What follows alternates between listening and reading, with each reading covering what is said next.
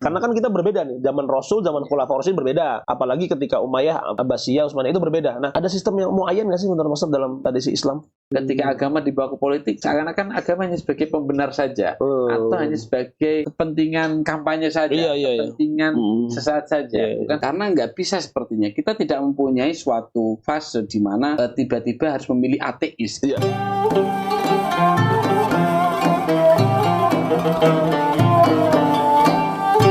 Assalamualaikum Mas Top, ketemu lagi. Waalaikumsalam warahmatullahi wabarakatuh. Alhamdulillah, ketemu lagi di program Layali Ramadan.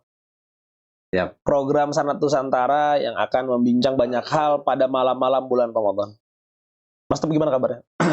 Agak sedikit kurang fit ini mungkin karena perjalanan jauh ini dari Surabaya ini. Mungkin karena tidak terbiasa puasa jadi. Nggak terbiasa puasa. Puasanya jadi apa? Dari umur berapa udah nggak puasa? Siap Mas Top. Alhamdulillah pokoknya pada hari ini kita bisa ketemu lagi sama Mas Top ini. Siap. CEO Sanad Media.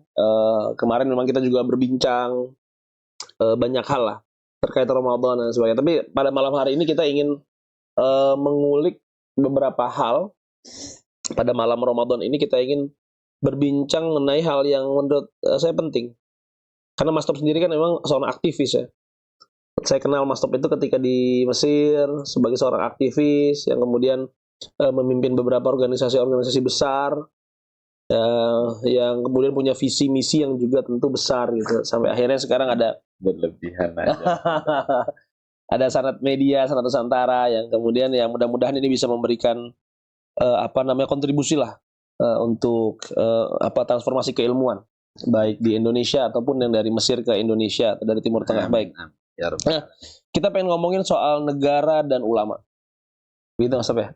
Negara dan ulama karena tentu kita paham gitu bahwa bahwa yang namanya negara dan agama itu kan tentu sesuatu yang tidak bisa dipisahkan. Bahwa agama itu menjadi menjadikan negara punya spiritnya, dan negara juga pada agama juga seperti itu, dia harosah, dia sebagai penjaga agama, dan juga agama juga memperkuat daripada negara itu sendiri. Nah, sebenarnya sejarah adanya negara itu bagaimana Mas Top? Misalkan kita flashback zaman Rasul gitu, ada nggak sih negara menurut Mas Top pada zaman Rasul? Kita kalau flashback ke zaman Rasulullah mungkin sangat panjang sekali, tapi ya itu menjadi rujukan memang bahwa ketika Rasulullah SAW kemudian dari Makkah ke Madinah, kemudian membangun sebuah masyarakat, kita menyebutnya mungkin masyarakat Madinah atau mungkin dalam terminologi ilmu ketatanegaraan ada istilah Islam Madani, bahwa masyarakat yang kemudian dibentuk dengan berbagai macam tata kelola masyarakat. Kita menyebutnya mungkin Piagam Madinah ya, bagaimana masyarakat kemudian dibentuk dengan sebuah aturan yang kita menyebutnya seperti seakan-akan sebuah negara, karena di situ dibangun dengan fondasi ilmu-ilmu tentang pemerintahan, tentang ekonomi, tentang sosial, keagamaan, dan tidak hanya menempatkan satu agama saja, tetapi juga menghormati atau menerima dari agama lain pada waktu itu. Mungkin dari kelompok Yahudi Yahudi Madinah. Baik. Nah, jadi ada struktur sosial ya, masyarakat yang kemudian memiliki struktur sosial yang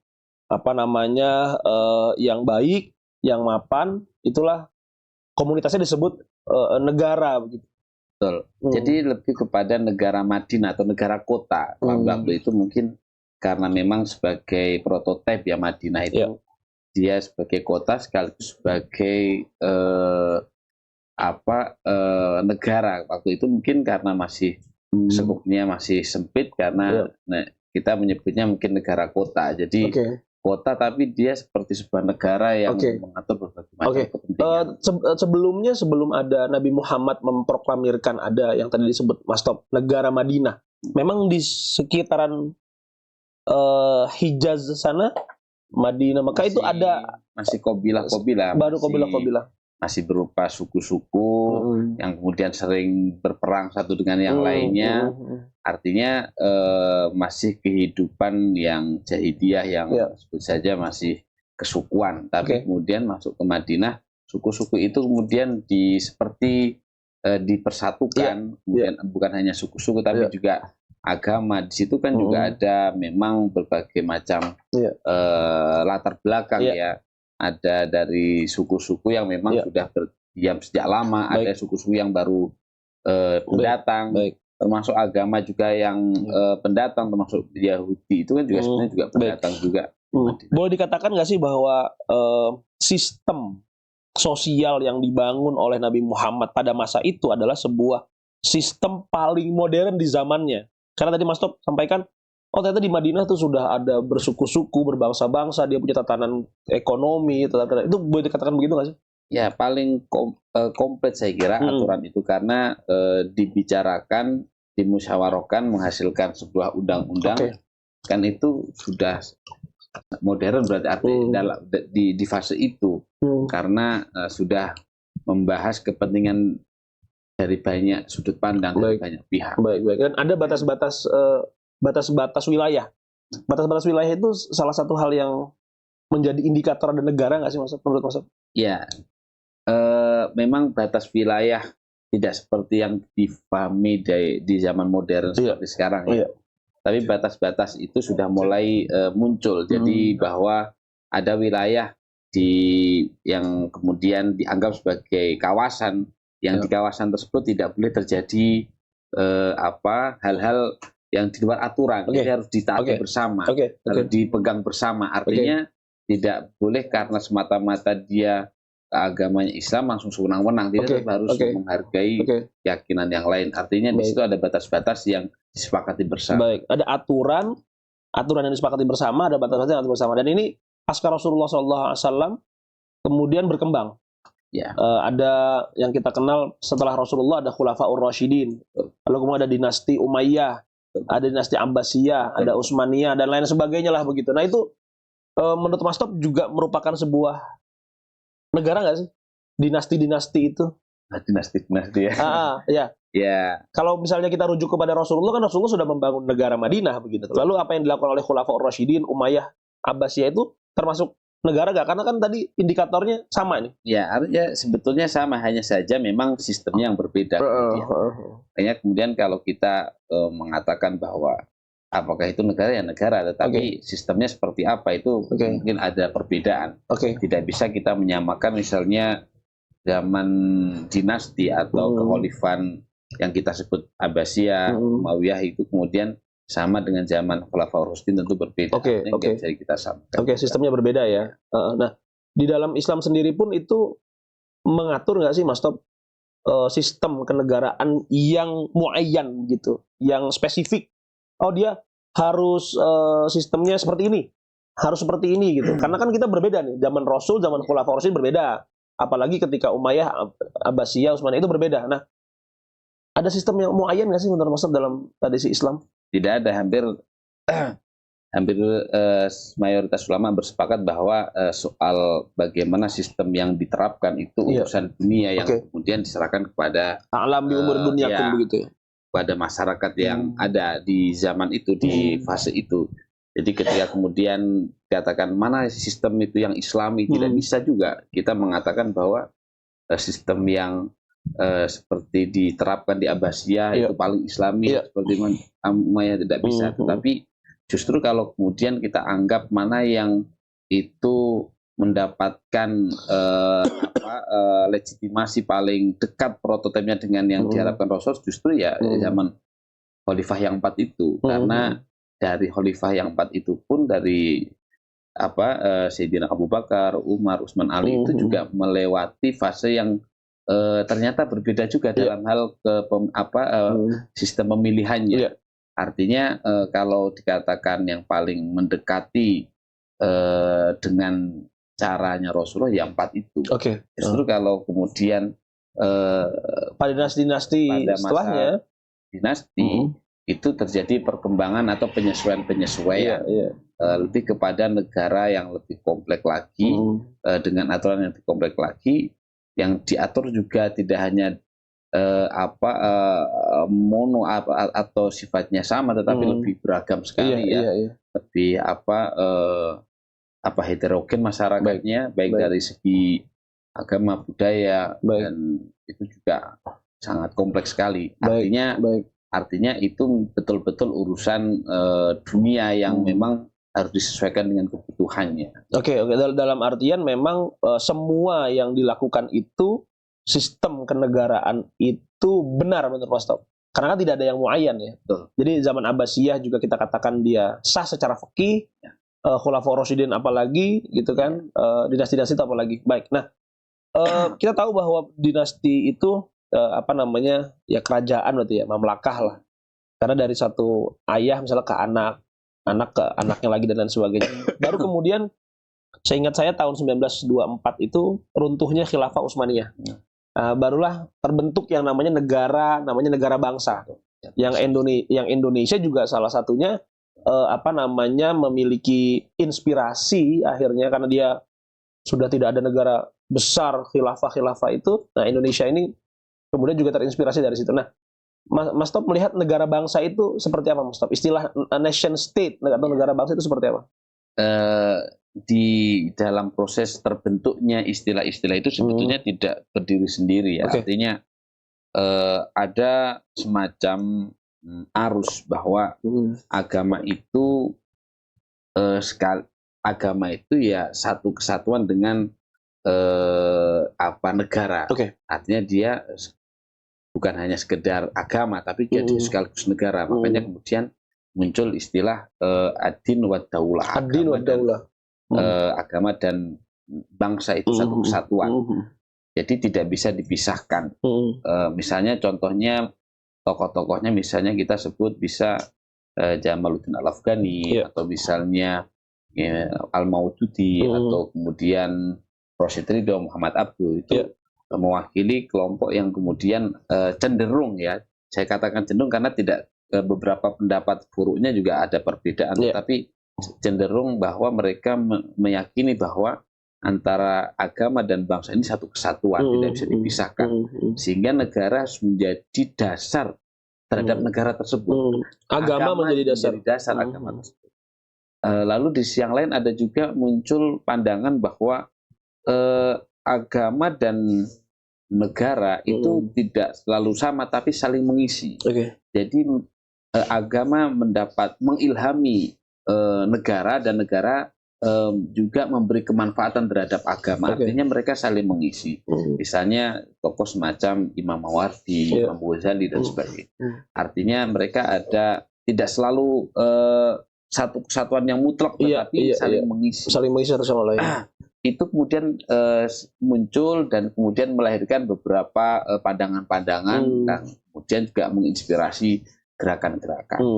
Nah, misalnya kalau di Arab kita menyebutnya pan-islamisme atau semacam gerakan penyatuan atau penyeragaman bahkan tentang misi dan cita-cita Islam itu sendiri dalam satu nation, satu negara, yang kemudian itu bisa menjadi kelanjutan dari masa khalifahan. Jadi kan ketika runtuh seperti yang disampaikan tadi, kemudian ini kalau tidak bersatu akan bahaya. Bagaimana cara menghadapi kolonialisme, penjajahan? Karena tantangannya saat itu kolonialisme. Betul. Waktu itu di Arab tantangannya adalah kolonialisme. Jadi mau nggak mau harus disatukan.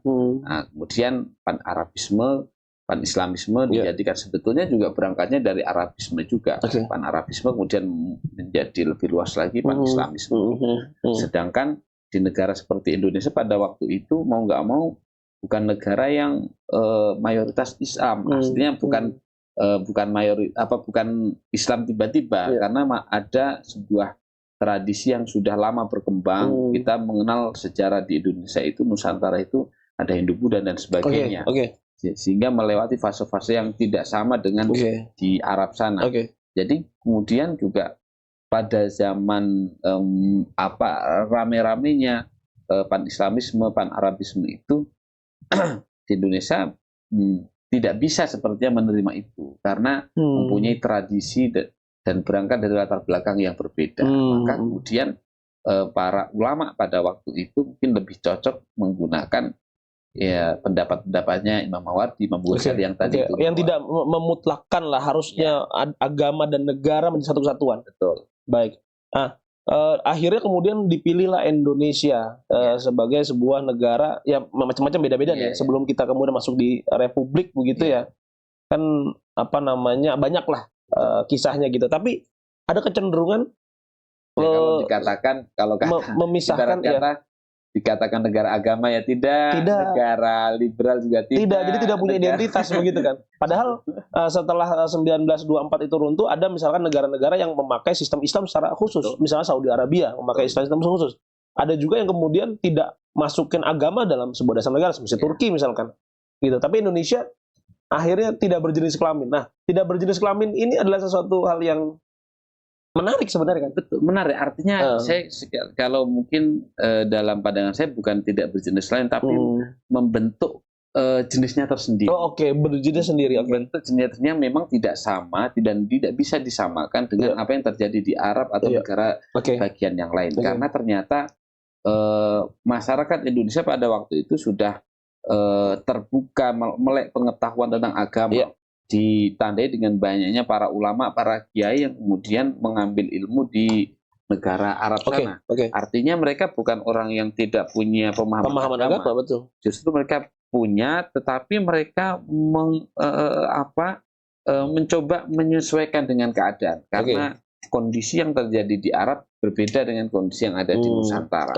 Akhirnya kemudian ya penerimaan terhadap agama, penerimaan terhadap kebudayaan, tradisi, penerimaan terhadap paham-paham modern tentang tata negara yang baru itu juga dalam dialektika. Berdialektika dia. Antara agama dan juga budaya saat itu berdialektika. Muncullah Indonesia. Muncullah kemudian ya sistem kenegaraan yang seperti sekarang ini itu yang didasari dengan Pancasila. Meskipun penerimaan terhadap Pancasila juga proses yang tidak mudah karena ya tadi itu karena membentuk dirinya sendiri itu tidak tiba-tiba meniru sana meniru sini. Iya. Dan Pancasila ini sebagai sebuah konsepsi ya. Konsepsi yang kemudian sepertinya negara-negara lain tidak punya ini. Kan menarik sekali. Betul. Makanya kemudian ketika merumuskan tentang dasar negara itu terjadi dialog yang cukup tajam antar para ulama dan apalagi oleh para tokoh bangsa yang nasionalis bisa jadi. Apalagi juga di tokoh agama itu ada yang sifatnya modernis, yang kemudian merujuk ke pandangan yang tadi itu yang Muhammad Abduh, Afghani, dan juga ada yang lainnya. Nah ini kemudian terjadi dialektika bagaimana yang tepat bagi negara Kesatuan Republik Indonesia ini. Sampai kemudian kalau di kaum tradisional sebut saja demikian lebih cenderung bahwa Pancasila itu bukan berarti mengganti agama. Artinya ada sebagian pendapat kelompok-kelompok yang kemudian merujuk kepada pan-Islamisme itu berpendapat bahwa tidak bisa kita membuat negara ini, menjadikan negara ini berdasarkan Pancasila karena Pancasila itu tidak bisa mengganti agama. Sedangkan pendapat kaum tradisionalis ini berpandangan bahwa Pancasila ini tidak dijadikan sebagai pengganti agama, tetapi dia sebagai dasar kehidupan berbangsa dan bernegara. Jadi kesepakatan bersama. Betul. Jadi Pancasila ini kemudian yang berisi 5 pasal tersebut itu juga bersumber atau bersandarkan pada nilai-nilai agama. Sehingga nama Pancasila itu sendiri meskipun secara nama itu Panca dan Sila ini akrab dan dekat dengan tradisi Hindu Buddha misalnya, tapi itu bagian dari kekayaan hasanah kebudayaan Indonesia itu sendiri. Tapi nilainya adalah nilai tentang keagamaan, termasuk di dalam Islam itu sendiri. Makanya kemudian terjadi dialektika yang sangat lumayan tajam. Kalau kemudian ternyata diterima oleh mayoritas masyarakat, dan itu suatu yang luar biasa karena tidak ada di negara yang lain. Artinya bagaimana melakukan kontekstualisasi teori-teori keagamaan, kemudian memadukan dengan unsur-unsur kebudayaan ini luar biasa, sangat kuat sekali. Dan Pancasila sendiri itu sebenarnya ruhnya juga ruh Islam ya. Betul, ruh Islam. Itu Tuhan yang Maha Esa, keadilan, kemanusiaan, tauhid, ketauhidan. Kemudian yang ayat kedua kemanusiaan, ya. Pasal kedua, kemudian yang ketiga itu tentang keadilan persatuan, Indonesia, persatuan, kemudian permusyawaratan dan keadilan sosial. Tidak ada yang berbeda. Tidak yang berbeda dengan Islam. Nilai-nilai tentang keislaman. Itu luar biasa sekali. Nah, justru dulu ada para ulama-ulama nih dalam kita melihat bangsa, bahkan sebelum kemerdekaan, kita merdeka 1945. Betul. Tapi sebelumnya kan kita sudah menjalankan sebuah nilai walaupun belum disebut sebagai Indonesia. Begitu. Nah, itu apa peran-peran ulama dalam membentuk itu seperti apa, Mas Top? Iya, memang ulama ini sudah ada sejak lama sebelum kemerdekaan ya. Iya, pasti Islam masuk justru kan pada abad ke-7 Masehi sudah masuk. Betul. Para ulama bukan hanya sebagai seorang ulama dalam hal keagamaan, tetapi juga mereka berjuang bagaimana membentengi masyarakat, bagaimana menjadi tokoh yang bertanggung jawab atas kehidupan sosial masyarakatnya, kemudian kehidupan agamanya, apakah kemudian kehidupan ekonominya, semuanya, amal ibadah keagamannya itu apakah bisa dipraktekkan dengan nyaman atau tidak. Mau nggak mau, para ulama ini pada waktu itu di zaman pra kemerdekaan itu juga sudah berjuang bagaimana mereka membentengi agama, membentengi masyarakat, sosial ekonominya seperti itu.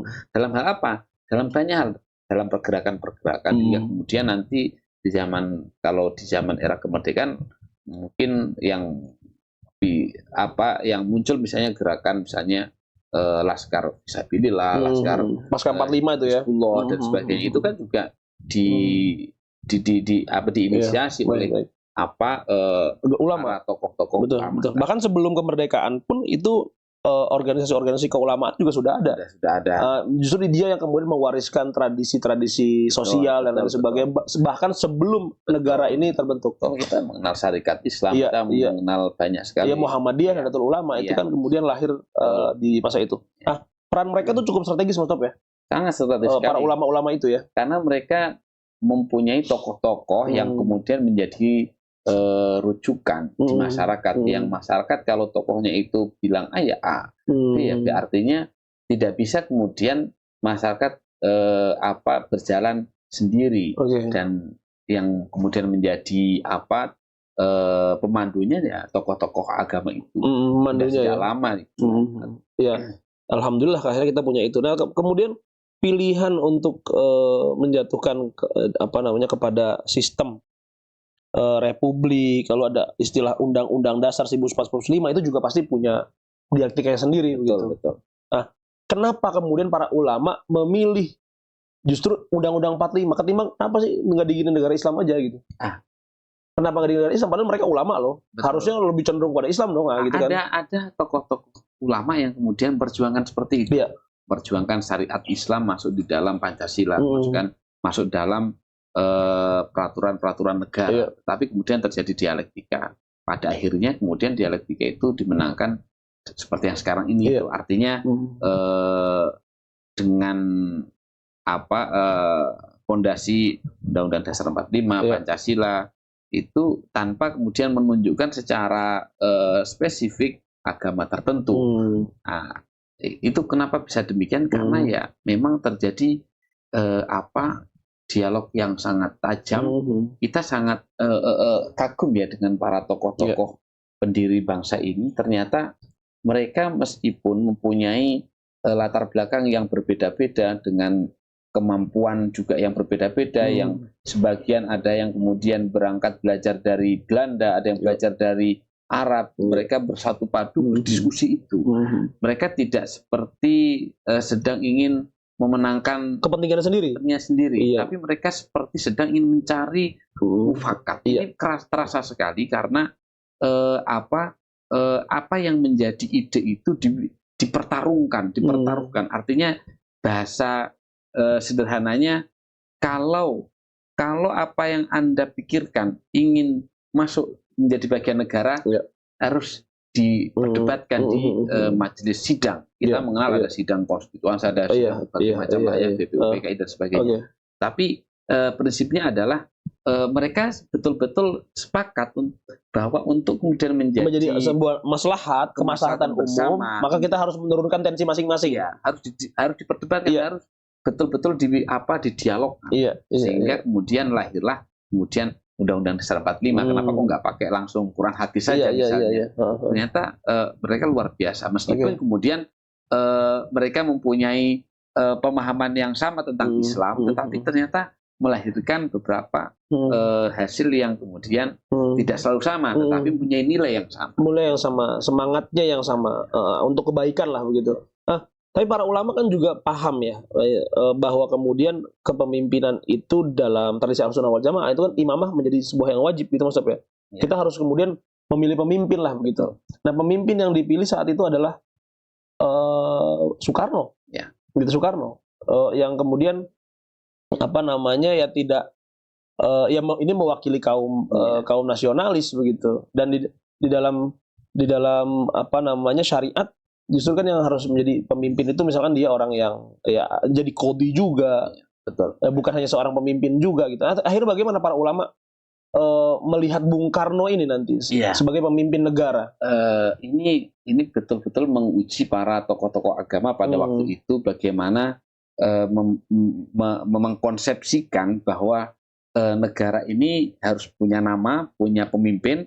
Di saat yang sama agama juga menjadi rujukan. Rujukan. Nah, itu betul-betul menguji betul bagaimana keadaan pada waktu itu. Makanya kemudian lahirlah istilah misalnya waliul amri, waliul amri bisyauka, pemimpin darurat begitu ya. Darurat dengan kekuasaan penuh, tetapi itu seakan-akan dia memimpin negara, dia memimpin agama. Meskipun kemudian bahwa tauliyah atau kekuasaannya kemudian dalam hal agama diserahkan kepada Kementerian Agama misalnya.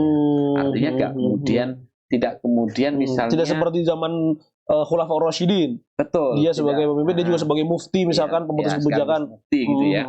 Ini tidak, tetapi memang makanya ada ad-darurinya ini. Ad-daruri bisyauka. Artinya dikatakan sementara dalam darurat karena memang kondisi yang memang berbeda. Artinya di situ betul-betul membuat konsepsi yang tidak selalu baru karena ini juga ada rujukan fikih usul fikihnya, tetapi bagaimana itu melegitimasi bahwa Bung Karno itu sah sebagai pemimpin secara umum sebagai presiden, dan dia juga memimpin agama. Dan dia juga memimpin agama yang kemudian berhak menunjuk menteri agama untuk kemudian mengatur urusan agama. Nah, ini luar biasa. Jadi kita ini sebenarnya sebagai seorang muslim itu kalau misalnya harus berbaiat kepada pemimpin. Nah itu berbaiat ke pemimpin ke siapa sih Mas? Rasul sudah tinggal, Khulafaur Rasyidin sudah nggak ada, dinasti Abbasiyah, Umayyah misalkan nggak ada, Imam al-Uzma. Kita berbaiat ke siapa? Kalau kita istilahnya berbaiat gitu, kan penting itu. Pemimpinnya siapa sebenarnya secara i'tiqad Islam? Gitu. Sebetulnya soal baiat ini kan ada banyak pendapat soal baiat ini, karena kita ini kan sudah dianggap untuk soal kepemimpinan ini kan bagian dari bukan dari akidah, tapi dari fikih. Dia tidak masuk dalam hal akidah. Jadi dia hanya sebagai ibadah. Artinya kalau itu bukan akidah, berarti tidak sesuatu yang sangat mengganggu soal keimanan, keyakinan. Jadi kemudian ketika pada waktu itu Bung Karno kemudian sah dianggap sebagai waliul amri atau Syaukah, kemudian ada yang masih ragu ternyata. Nanti sholatnya sah apa enggak? Apakah nanti pernikahannya diadakan oleh departemen keagamaan ini sah apa enggak? Karena ini BA-nya bagaimana? Masih ada yang ragu pada waktu itu. Tapi kemudian para ulama-ulama khususnya di kalangan tradisionalis meyakinkan bahwa ini sesuatu yang sangat sah sekali, artinya itu sah sekali. Dan kemudian meskipun tidak persis sama penggunaan Pancasila, Undang-Undang Dasar 45 dan konsepsi kepemimpinan itu merujuk kepada kepemimpinan Rasulullah di Madinah, itu sudah sangat tepat sekali. Bagaimana kemudian aturan di Piagam Madinah itu mengatur tidak hanya bagi orang Islam tapi juga orang Yahudi. Artinya ketika Kementerian Agama itu mengurusi urusannya orang Islam, orang Kristen, itu sangat sah sekali. Jadi tidak hanya kemudian harus Islam selalu, tidak. Memang umum sifatnya kan Kementerian Agama. Tapi yang pasti bahwa presiden itu akhirnya menjadi pemimpin yang sah. Secara undang-undang udah pasti, dan juga secara agama. Dalam artian apapun yang menjadi aktivitas kita seharian, misalkan menentukan Syawal, Ramadan, itu kan juga ada perlu pemerintah. Terus pernikahan. Tapi presiden tidak bisa kemudian tiba-tiba berfatwa terkait agama, karena dia harus tahu diri juga. Harus memberikan wewenang itu kepada Kementerian Agama yang di dalamnya terdiri dari para ulama. Kan begitu. Meskipun menterinya cuma satu, tetapi bagaimana kemudian di dalamnya itu mempertemukan para tokoh-tokoh agama untuk membuat keputusan. Misalnya bagaimana penentuan Syawal, Ramadan misalnya. Bagaimana penentuan apakah ini pernikahan dengan cara seperti apa ketika agamanya misalnya Islam, ketika agamanya Kristen dan sebagainya. Nah di dalam kita berpolitik sekarang, tentu ada juga peran ulama itu masih penting. Masih selalu penting ya Mas Tap ya. Jadi untuk terus mengawal ini, peran ulama begitu penting sebagai pemimpin informal yang menjaga masyarakat. Dia juga harus masuk ke wilayah-wilayah yang sifatnya formal tadi itu. Nah, batasannya seperti apa sih Mas Tap untuk kita melihat ulama itu bisa masuk ke wilayah pemerintahan? Apakah misalnya begini, dia kiai nih, kiai dia pantas nih, paling pantas pokoknya kayak jadi presiden. Yang lainnya pokoknya enggak, dia ustadznya dia hebat, dia harus jadi pemimpin kita segala macam. Atau memang ada perannya antara ulama punya peran, lalu kemudian juga sistem negara ini harus dijaga gitu. Kita sebelum kita bicara lebih jauh, kita harus memahami bahwa ulama atau mungkin di tradisi kita di Indonesia, mungkin kita menyebutnya kiai misalnya memang tokoh dalam hal agama. Tetapi bukan kemudian mereka hanya orang yang mempunyai kemampuan keahlian dalam agama saja, tapi juga punya kemampuan dalam hal-hal yang lain, termasuk bagaimana kemudian mengatur masyarakat, mengelola masyarakat dan sebagainya. Maka kemudian kalau ada ulama atau kiai terjun dalam hal politik, saya kira itu sesuatu yang wajar, dan sejak awal juga sudah banyak tokoh-tokoh agama. Wajar atau ada wajib gitu Ustaz? Wajar sih, saya tidak mengatakan itu wajib begitu ya. Kalau wajib nanti jadi yang nggak melakukan jadi dosa begitu dosa. Jadi artinya itu memang kemampuan berorganisasi, kemampuan memerintah, mengatur, itu kan tidak semua dimiliki oleh setiap orang. Jadi kemampuan itu memang seperti pemberian pemberian Tuhan. Nah, kalau memang kemampuan itu diberikan kepada para ulama, tentu itu lebih baik lagi karena mempunyai basic yang lebih kompleks dari agama, sosial dan sebagainya. Maka kalau kemudian ada ulama yang masuk ke politik, saya kira itu bagus. Tetapi memang kemudian ada semacam konsekuensi karena kita bicara soal politik ini kan soal strategi. Dan bicara politik di era modern, apalagi sebenarnya nggak hanya era modern, era zaman dulu juga menimbulkan subhat-subhat.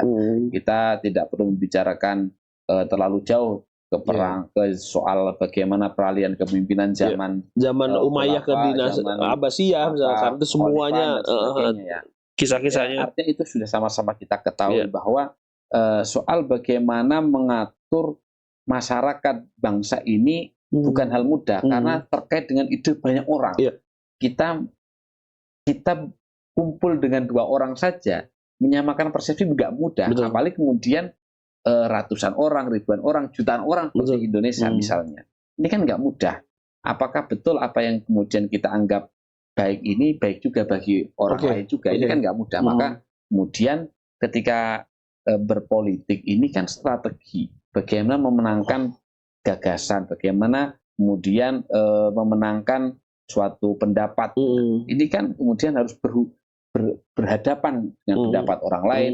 Apalagi kalau di dalam politik modern harus melalui partai misalnya.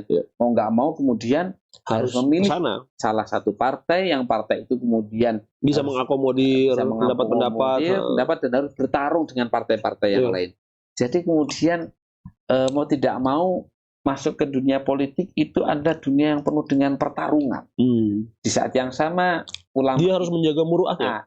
Ulama itu mempunyai karisma wibawa tentang agama yang dibawanya, ajaran agama yang didakwakannya. Di satu sisi, di sisi yang lain dia harus bertarung. Kemudian memenangkan gagasannya, memperjuangkan apa yang sedang menjadi cita-citanya. Tentu ini sesuatu yang kadang terasa bagaimana gitu dilihatnya. Kita katakan subhat atau karena ada ungkapan begini, kalau misalnya tokoh agama itu masuk ke politik, kita tahu katanya politik itu kotor, politik itu tidak benar dan salah, tapi itu kalah dan menang, begitu. Berarti dia mengorbankan sebuah idealisme suci dari agama itu sendiri. Nah, begitu. Ada yang bilang begitu, karena politik kan kita tahu sendiri, dia bukan soal benar salah kan. Kira-kira begitu kan Mas bilangnya. Soal siapa yang menang, siapa yang kalah, bukan siapa yang benar, siapa yang salah. Nah, itu bagaimana Mas? Kalau soal politik ini politik bagaimana memenangkan sesuatu, ini kan soal strategi. Tentu seharusnya kalau dia seorang ulama, seorang kiai tentu harus mempunyai etika yang lebih daripada yang tidak berasal dari kalangan agamawan. Tentu seharusnya. Seharusnya meskipun kita melihat terkadang itu tidak terjadi. Idealnya begitu seharusnya. Walaupun memang sulit juga. Karena memang membawa 2 hal yang berat beririsan antara satu agama, satu urusan politik ini bukan hal yang mudah. Karena politik itu dekat dengan kekuasaan, sedangkan agama dekat dengan kesucian. Bagaimana kemudian 2 hal ini bisa disatukan dan sama-sama disukseskan, ini kan nggak mudah. Maka kemudian mereka para alim ulama, para kiai ini ketika masuk politik itu mereka juga harus mawas diri, betul-betul harus tahu bahwa posisi mereka ini mempunyai 2 mata yang harus pertahankan, 2 mata yang harus dijaga. Karena kalau tidak, apa yang menjadi keputusannya, apa yang menjadi etikanya di depan publik ini, kalau kemudian pas tidak tepat akan menjadi bumerang bagi ajaran agama yang dibawanya, posisinya dia sebagai ulama makanya kemudian apakah kemudian itu membatasi, akhirnya malah ditinggalkan, harus lari dari politik. Lalu muncullah dua pendapat yang ada kelompok yang kemudian berpendapat bahwa ulama kiai itu tidak perlu masuk politik. Balik saja ke pesantren, balik ke barak. Ada juga yang berpendapat jangan, kalau nanti nggak mau masuk ke politik, nanti politik dipegang oleh orang-orang yang tidak tahu agama. Nah, 2 kelompok ini sebetulnya tidak bisa kita salahkan juga. Saya kira itu saling melengkapi dan saling menjadi saling dialektika. Saling berdialektika. Biar kemudian ada semacam ada sintesa. Ada sintesa, ada kontrol. Jadi yang tidak masuk dalam politik juga harus tahu bahwa banyak sekali kepentingan-kepentingan agama yang ketika kemudian dibawa oleh ulama ke politik itu menjadi lebih baik keadaannya dan kemaslahatannya.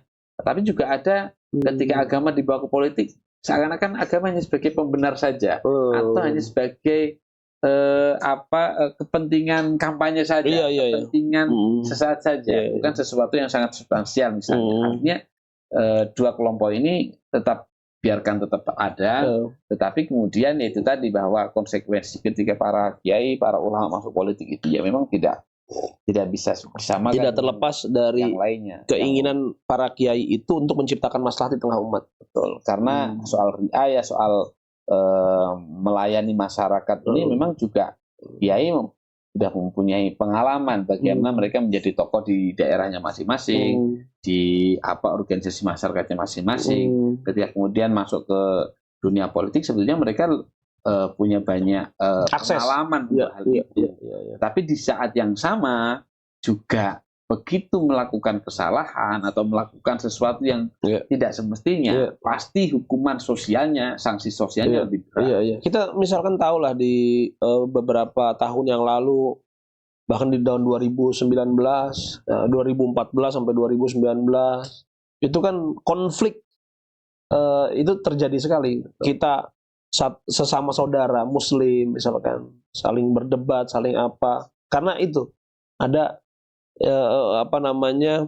soal agama itu yang tokoh-tokoh agama yang kemudian masuk ke dalam dunia politik sampai akhirnya mengakibatkan kok begini banget sih orang-orang agamawan gitu. Jadi anggapannya Islam kok begini banget sih, kesannya punya pandangan terhadap negara dia harus saklek begini, saklek begitu gitu. Nah itu kan berarti seorang agamawan yang tidak mampu menempatkan dirinya pada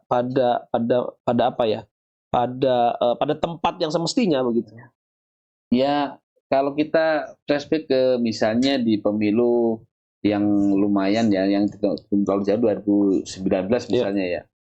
2019 ya? 19. Nah, yang kemudian isu 212 itu kan misalnya di 2016. Isu keagamaan lumayan ya 2019 itu ya. Bagaimana kemudian isu keagamaan menjadi menjadi momok baru lah, menjadi semacam pemecah belah gitu ya. Padahal mempunyai agama yang sama atau ajaran yang sama. Bagaimana itu? Ya saya kira bahwa agamanya sama pasti, tetapi kemudian pemahaman agamanya berbeda. Benar-benar. Karena ini pemahaman soal keagamaan yang kemudian akan menjadi rujukan dalam bersikap, berpendapat. Pada waktu itu saya melihat bahwa dua pendapat yang saling berlawanan ini sebetulnya lebih tepatnya bukan soal perbedaan konsepsi keagamaan, tapi kemudian diada-adakan, menjadi mengerucut, menjadi kuat seperti itu. Tapi sebetulnya ya karena perbedaan kepentingan. Kepentingan saja ya.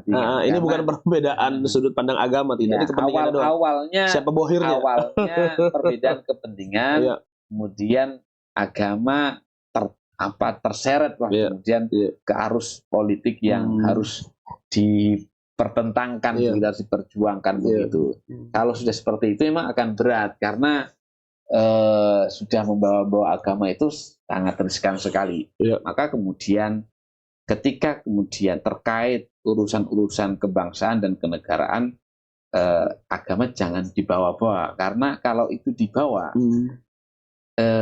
fitnahnya besar sekali.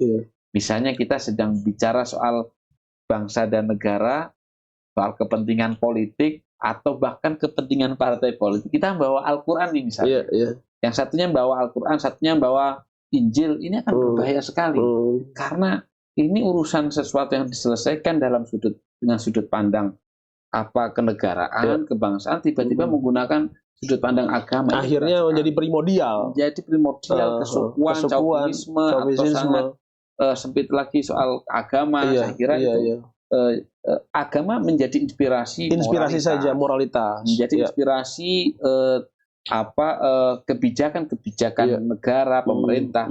Jangan kemudian teks-teks keagamaan itu dimunculkan dalam bentuk yang sangat sangat tekstualis sekali, sangat gamblang sekali untuk kemudian dijadikan perdebatan. Itu sama seperti kita akan mencari ikan di tempat yang keruh. Iya, iya. Dan itu di apa namanya, di ini ya, juga amini oleh para ulama-ulama kita sekarang. Ya misalnya Mas Top di Nahdlatul Ulama, misalnya para ulama-ulama itu orang yang sangat tasamuh sekali. Iya. Orang yang memiliki pandangan-pandangan kenegaraan yang luar biasa sekali. Makanya penting kita sudah beragama misalnya, beragama mungkin ada agama Islam atau agama yang lain, ada Kristen, Hindu, Buddha dan sebagainya. Tapi cara mengamalkan agama ini juga penting. Apakah dia moderat atau tidak? Dia mau tawasun apa enggak, berimbang enggak kemudian? Dia punya tasamu enggak, toleransi enggak? Ini bukan soal masalah dia Hindu, Buddha atau Islam, tidak. Tetapi ketika sudah pengamalan di masyarakat, caranya itu yang paling penting. Jadi caranya bagaimana? Apakah caranya beragama itu dia radikal? Ini kan menjadi problem. At-thariqatu ahamu minal maddah sebenarnya begitu ya. Kaifiahnya bagaimana? Ini kan enggak sekedar saya Islam nih, enggak. Saya Kristen misalnya. Saya Islam nih, saya harus begini.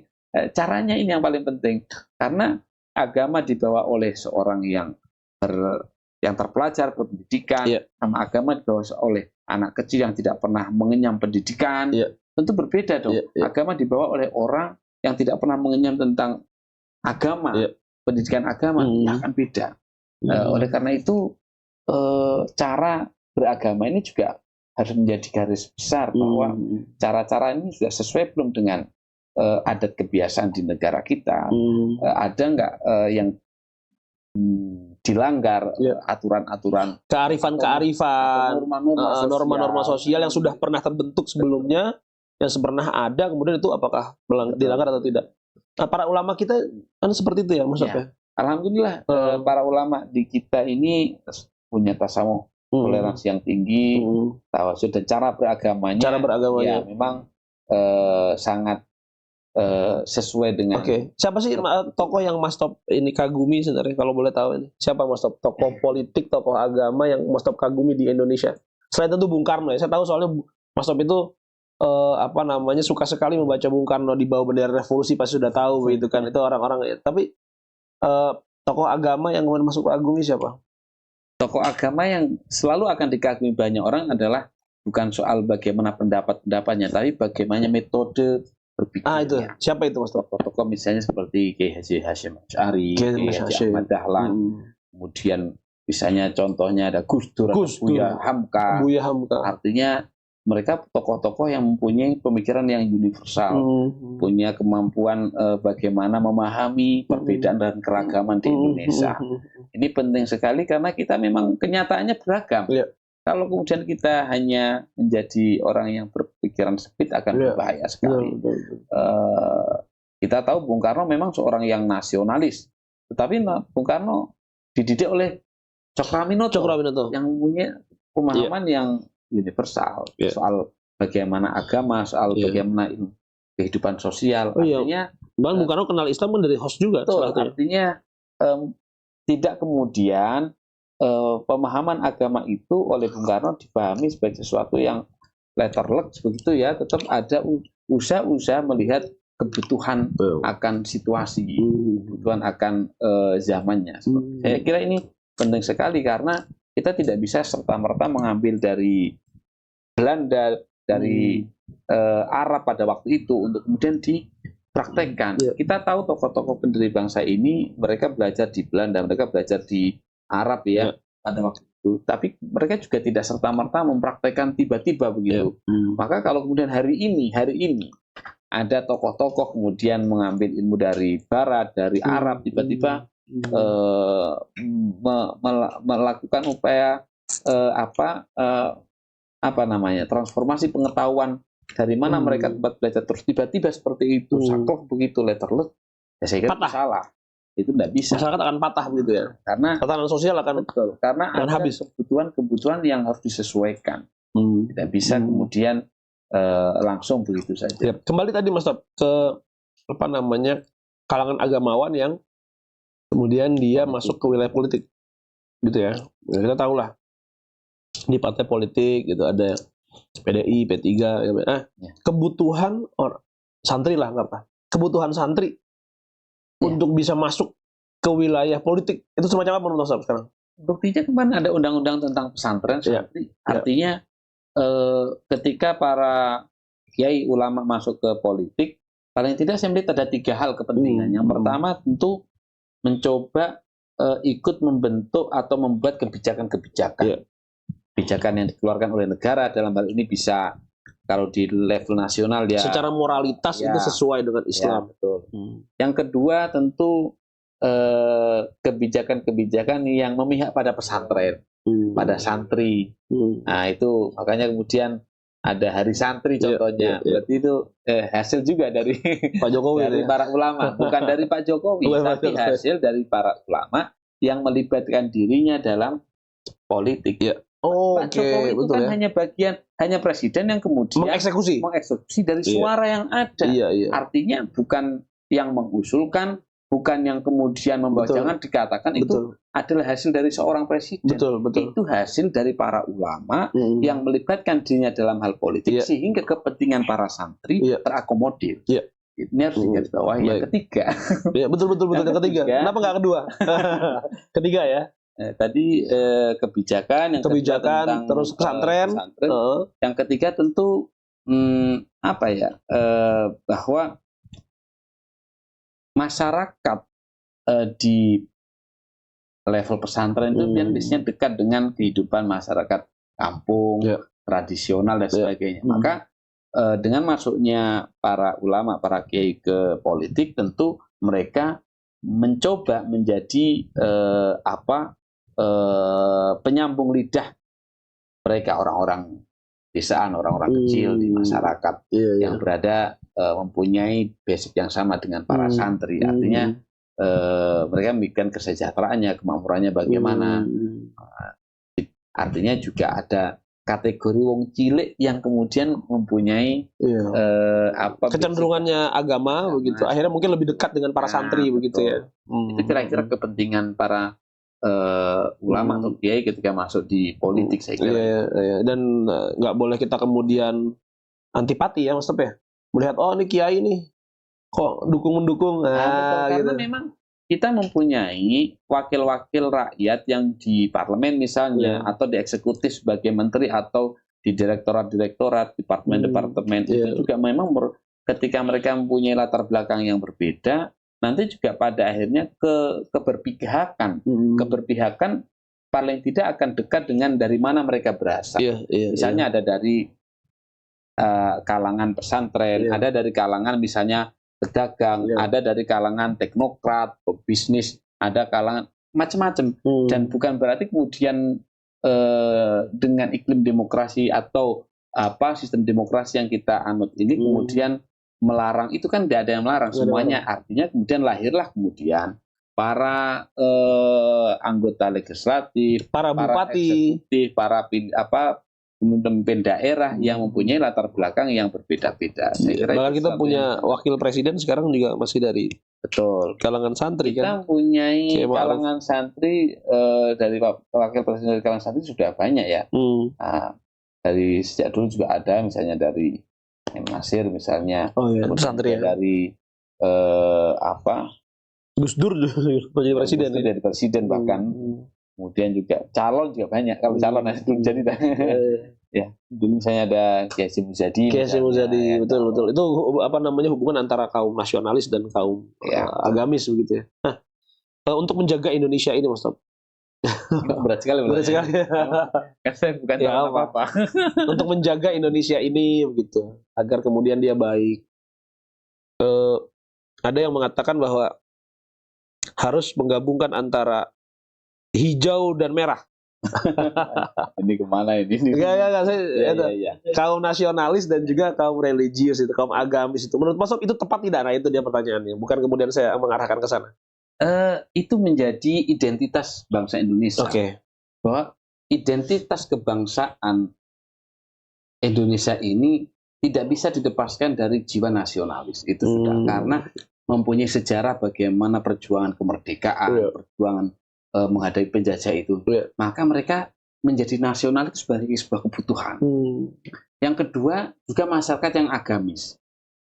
Dari sudut pandang manapun, melihat orang Indonesia ateis itu susah. Gitu ya. Karena ada coki.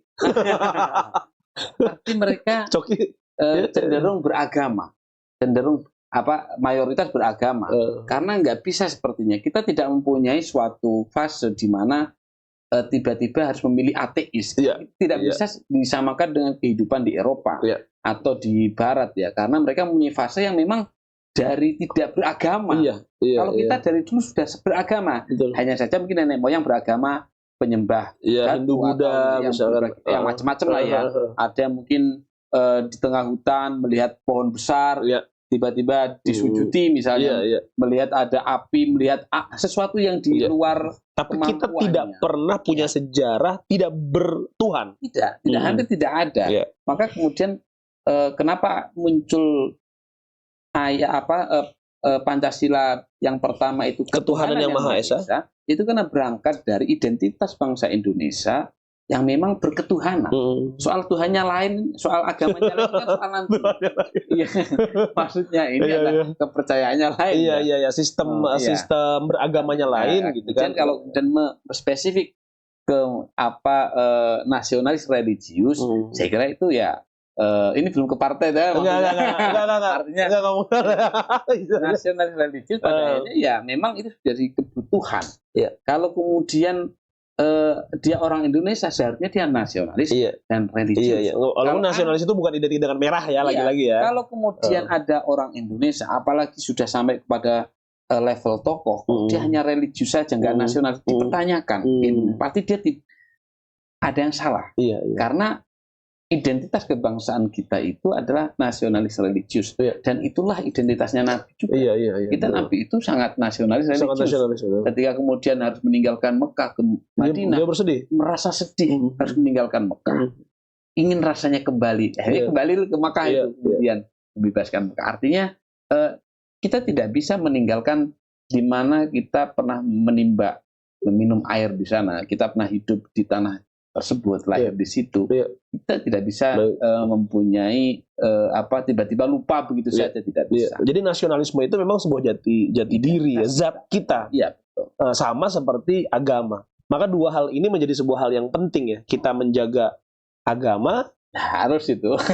Apalagi kita juga menjaga namanya negara atau tanah air, nasionalisme itu gitu. Karena dengan adanya negara itu akhirnya kita negara aman, damai gitu kan. Itu akhirnya agama kan juga mendapatkan kemanfaatan. Dia bisa terrealisasikan dengan baik, ibadah dengan baik dan sebagainya. Andaikan kemudian negara tidak aman, apakah bisa ibadah? Apakah santri-santri misalkan bisa tidak bisa dong. Akan belajar dengan baik segala macam kan gitu. Akan kesusahan tentu. Ketika terjadi Belanda dan Jepang juga itu sudah dibuktikan bahwa ketika kemudian mau praktek sholat misalnya, kemudian ketahuan, akhirnya mematikan lampunya, kemudian harus sembunyi-sembunyi. Artinya ketika kemudian negara itu hilang, tidak hadir, tidak aman, maka kegiatan beragama juga tidak bisa mendapatkan jaminan. Dan negara itu harus kemudian didasari atas nasionalisme, penjagaan terhadap negara. Harus.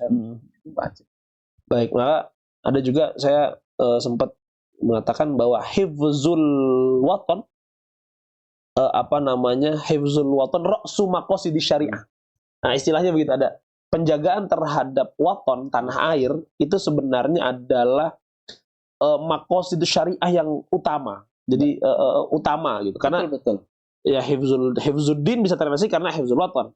Hifzul nafas, hifzul mal, lalu hifzul nasal, itu semua bisa terrealisasi karena hifzul waton, kan begitu ya? Ya, sebetulnya saling saling berkaitan. Tapi soal tadi kita bisa contoh ya, kita ambil contoh. Apakah ada masyarakat di dunia ini yang tidak punya negara? Ada. Suku Kurdi.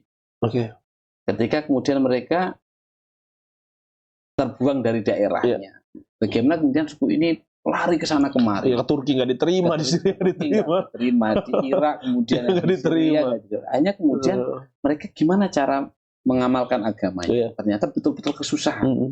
Padahal tanda petik agamanya juga sama dengan negara sekitar. Tapi ternyata kesamaan agama saja tidak cukup untuk diterima. Nah, ini kata kunci penting. Kesamaan agama saja tidak cukup untuk diterima. Tidak cukup diterima sebagai penduduk warga negara yang sama. Artinya tidak bisa kemudian melaksanakan perintah agama dengan sebaik-baik. Akhirnya terlunta-lunta, tidak bisa menjalankan agama. Akhirnya nggak nikmat.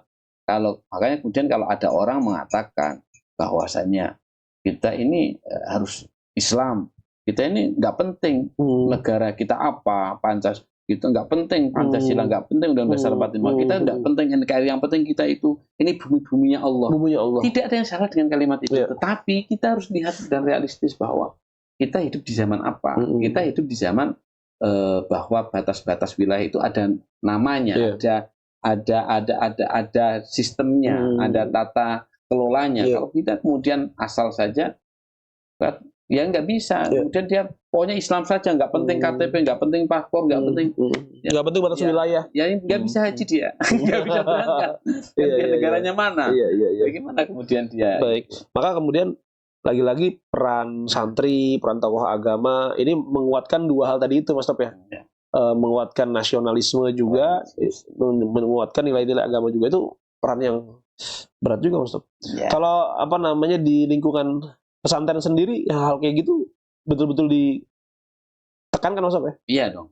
Makanya kemudian ditumbuhkan semangat nasionalisme dengan mencintai tanah air, hubbul watan minal iman. Hubbul watan minal iman. Ada juga kelompok yang tidak suka kemudian hubbul watan minal iman itu enggak hadis, itu bukan ajaran agama. Itu makalahnya Mbak Wahab misalnya. Ya itu kan bukan soal masalah. Tapi memang saya pernah dengar itu juga makalah dari Grand Syekh Azhar. Betul. Dalam artian ulama-ulama sekali Grand Syekh Azhar juga mengakui bahwa kecintaan kepada tanah air itu bagian daripada iman. Karena iman itu kan banyak sebenarnya. An-nazafatu minal iman.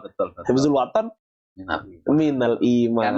Karena al-iman itu kan al-iman kan kalau kita dari struktur katanya kan ada al-iman dari al-aman, al-aman, al-amanah. Kalau kemudian orang itu beriman, maka dia itu orangnya aman. Kemudian dia itu apa? Amanah. Amanatul ummah. Artinya kalau kemudian kita kaitkan, orang yang beriman mestinya merasa tenang dan memberi ketenangan, memberikan memberikan ketentraman, dan bisa memberikan bisa menjadi orang yang dapat dipercaya, yang mendapatkan amanah. Baik, ini perbincangan penting, Mas, untuk negara ini. Mungkin hal yang terakhir ya, saya ingin tahu gitu, harapan dari seorang CEO Samat Media ini, Mas Top. Indonesia itu harapan Mas Top seperti apa sih? Apakah harapannya besok ada makan siang gratis, atau ada apa gitu harapannya? Internet gratis itu. Harapannya siapapun presidennya, pemerintahnya, saya kira selama kemudian berpegang pada Pancasila, Undang-Undang Dasar 45, saya kira tetap memegang nilai-nilai itu, dan tetap memegang nilai-nilai agama loh ya.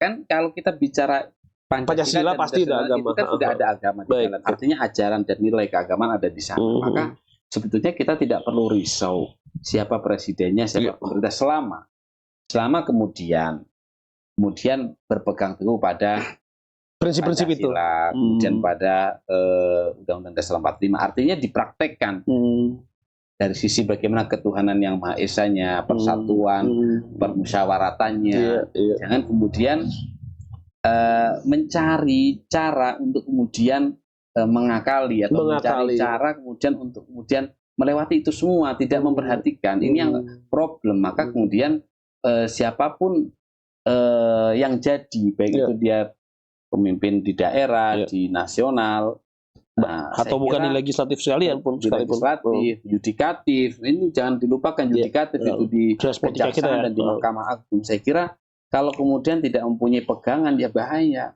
Saya kira soal mereka punya agama, mereka punya agama masing-masing. Tapi di dalam menjalankan tugasnya sebagai aparatur negara, dia harus berpegang pada Pancasila dan Undang-Undang 45. Jangan, mohon maaf, jangan kemudian tiba-tiba kembali ke agamanya sendiri. Maksudnya begini. Tata cara bernegara itu sudah ada buku panduannya. Tata cara bernegara sudah ada panduannya. Panduannya apa? Yaitu tadi aturan-aturan tadi. Dengan kita menyebutnya ada Pancasila, ada Undang-Undang Dasar 45, Bhinneka Tunggal Ika. Bhinneka Tunggal Ika. ini sesuatu yang nggak bisa dilepaskan, dan itu menjadi panduan oleh siapapun aparatur negara itu. Maka kemudian pemilu itu hanya bagian dari proses pergantian kepemimpinan, dan siapapun yang jadi, baik itu di legislatif, yudikatif, eksekutif, itu harus berpegang pada panduan-panduan yang sudah dibikin oleh para pendiri bangsa ini. Menjadi problem kalau kemudian yang digunakan, yang diperjuangkan ada kepentingan partainya, ini problem. Kepentingan partai atau kepentingan koalisinya. Nah, ini yang menjadi problem. Apalagi kalau kepentingan keluarga. Saya tidak mengatakan, tapi apapun itu, kalau kemudian jauh dari nilai-nilai tadi itu, semangat Pancasila, undang-undang, pasti akan berantakan. Karena apa? Karena panduan-panduan itu dibikin bukan sehari dua hari. Itu dibikin dengan mempertaruhkan segala. Betul. Lalu kemudian tiba-tiba itu seperti hilang. Seperti hilang, digantikan aturan partai, keinginan partai, kepentingan koalisi. Ini yang menjadi problem. Betul. Dan ini harus menjadi catatan bagi siapapun yang memenangkan kontestasi pemilu. Dalam artian harapannya ke depan untuk Indonesia itu bahwa pemimpin-pemimpin ini amanah. Pemimpin-pemimpin ini kemudian juga mampu kembali lagi kepada sebuah pondasi utama kita, Pancasila, Undang-Undang Dasar 45, lalu nilai-nilai Bhinneka Tunggal Ika. Kalau seperti itu, mudah-mudahan Indonesia menjadi negara yang makmur, negara yang baik, insya Allah gitu ya, Mas. Baik, Mas, terima kasih banyak. Kita ketemu lagi pada layani Ramadan. Mudah-mudahan Mas masih sehat ini. Saya ngeliat Mas kurang enak badan. Tapi mudah-mudahan istirahat, nanti kita kemudian ngobrol-ngobrol lagi. Masih banyak hal yang akan diobrolkan. Siap. Baik, terima kasih banyak. Kita ketemu lagi di episode selanjutnya Layani Ramadan. Terima kasih.